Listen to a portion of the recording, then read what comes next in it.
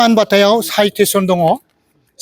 दङ साफ्रोमनिबो गथ'नि साइटेसन बेजों लोगोसे आर'नाइ होदों आरो बेजों लोगोसे जोङो 20,000 केस मानि होनाय जादों बे मोनथामखौ जोङो दिनैहाय होबाय गथ'फोरनोहाय दिनै जों क'क्राझार जिल्ला होनोबा सिभिल जिल्ला गसाइगाव साब डिभिजन पर्बतझरा साब डिभिजन आरो जोंनि क'क्राझार साब डिभिजन मोनथामजों ज' लानानै आरो लोगोसे क'क्राझार जिल्लानि बिपिएफ आरो बिजेपि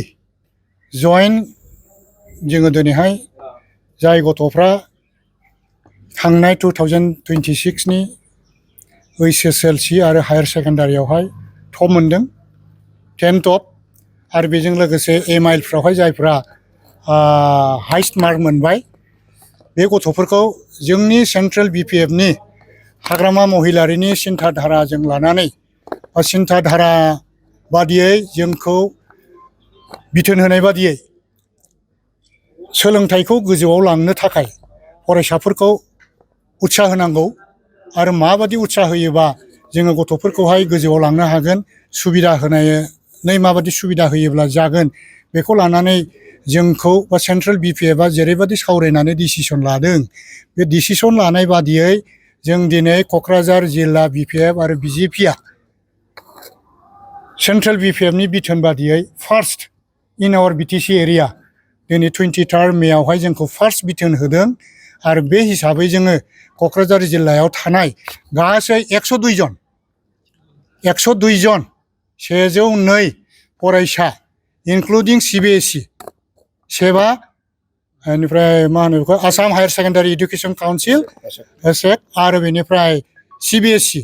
गासै लानानै जोङो 102 फरायसाखौहाय दिनैहाय जोङो फेलिसिटेसन होबाय आरो बे फेलिसिटेसन होनायाव जोङो जिहेतु इडुकेसनजों लोब्बा थानाय सासे सोद्रोमाखौ चिफ गेस्ट खालामनानै लाबोयोबा साबसिन जागोन बादि साननानै बा रायज्लायनायनि गेजेरजों जोङो क'क्राझार इउनिभारसिटिनि भाइस चेन्सेलर डक्टर गणेश औवारी सारखौहाय जों भाइस चिफ गेस्ट हिसाबै लाबोदों आरो बिथाङा उन्दैफोरनि सायाव इडुकेसनखौ माबादि लानांगौ माबादि सिस्टेम जागासिनो दं दा निउ इडुकेसन पलिसिया माबादि मावनो नागिरदों बेखौ बिराद मोजां सुबुरुन होलांबाय बे सुबुरुन होलांनायनि थाखाय आं बिथांनिसिम रोजा रोजा साबायखर होबाय क'क्राझार जिल्लानि बिपिएफनि जानानै आरो दिनैनि बे फेलिसिटेसन प्रग्रामाव ओरैबादि नुबाय क'क्राझार जिल्लानिफ्राय बे कमप्लेक्सआ जोंना कालचारेल कमप्लेक्सआव जेसेबां जायगा दङ बे जायगाखौनो जों होजोबनो हायाखिसै थोआखिसै जायगाया फरायसाफ्रा फैनानै ओरैबादि हुलुस्थुल जाफैबाय बाहेरायाव थानांलायबाय थेवबो बिथांमोना ओरैबादि मा होनो बेखौहाय कन्ट्रल खालामनानै थादों खोनासंदों बिनि थाखाय आङो बिराद साबायखर होबाय लोगोसे जों बाहाय बिमा बिफा बिनि अनगायै फरायसालिनि हेड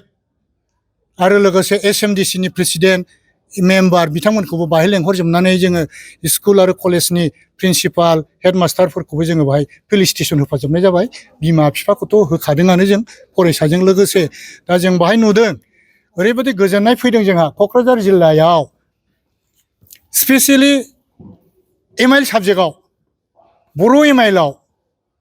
100आव 100 लाखिग्रा फरायसाखौ जोंनि क'क्राझार जिल्लायाव जोङो 17 सा मोननो हादों 17 बिराद मा होनो बेखौहाय देरगाथाव आउट अफ 100 मार्क लाखिनायानो 17 आरो बे 17 सा फरायसाया जोङो मिथिखाबाय जिहेतु सेन्ट्रेल बिपिएफआ फैगासिनो थानाय जुन मासावहाय बे एखे कमप्लेक्सआवनो बान्था रानगोन बिटिसिनि टप आरो बे बिटिसिनि टप 10 टपआवबो बिथांमोनहा साफा सानैया गोग्लैखागोन 10 टपआव आरो बिनि बादै जायफ्रा 100आव 100 मोनदों बर' एमआइलआव बिसोरथ' फाइनाल जाखाबाय 3 लाख मोनखाबाय बिसोरो आरो टपआव दंबावोबा 5 लाख मोनबावगोन गतिके आं आसा खालामो जोंनि क'क्राझार जिल्लानिफ्राय सानैसो फरायसाया 5 लाख आरो 3 लाख बे मोननैयावबो जायगा आवग्रिनो हागोन आं आसा खालामदों दिनै नोंसिनि थ्रुयै जाहाथे बिटिसिल' नङा सारा आसाम सारा इन्डिया जाहाथे बयनोबो फोसावहरनो हायो जोंनि क'क्राझार जिल्लायावहाय जों बेबादि खालामबाय बेफोरखौहाय जों आसा खालामबाय इयुनाव साफ्रोमबो फरायसाफ्रा आरो जायफोर फरायसाफ्रा दिनैहाय बे टप 10आव गोग्लैनो हायाखिसै बे फंबायमोनहाबो मोजाङै फरायफिननानै इयुननि समावहाय मोजां रिजाल्ट खालामहैगोन आं बेखौ आनान गसाइनाव आर'ज गाबबाय बेजों लोगोसे साफ्रोमबोनि जिउआ मोजाङै मोजां फरायनानै मोजां रिजाल्ट खालामनानै मोजां न'खर दानायाव मोजां कुवालिटि लानानै मोजां डिग्रिखौ लानो हाथों आं बेखौ आसा खालामो। मानबाथायाव साइटेसन दङ साफ्रोमनिबो गथ'नि साइटेसन बेजों लोगोसे आर'नाइ होदों आरो बेजों लोगोसे जोङो 20,000 केस मानि होनाय जादों। बे मोनथामखौ जोङो दिनैहाय होबाय गथ'फोरनोहाय। Thank you.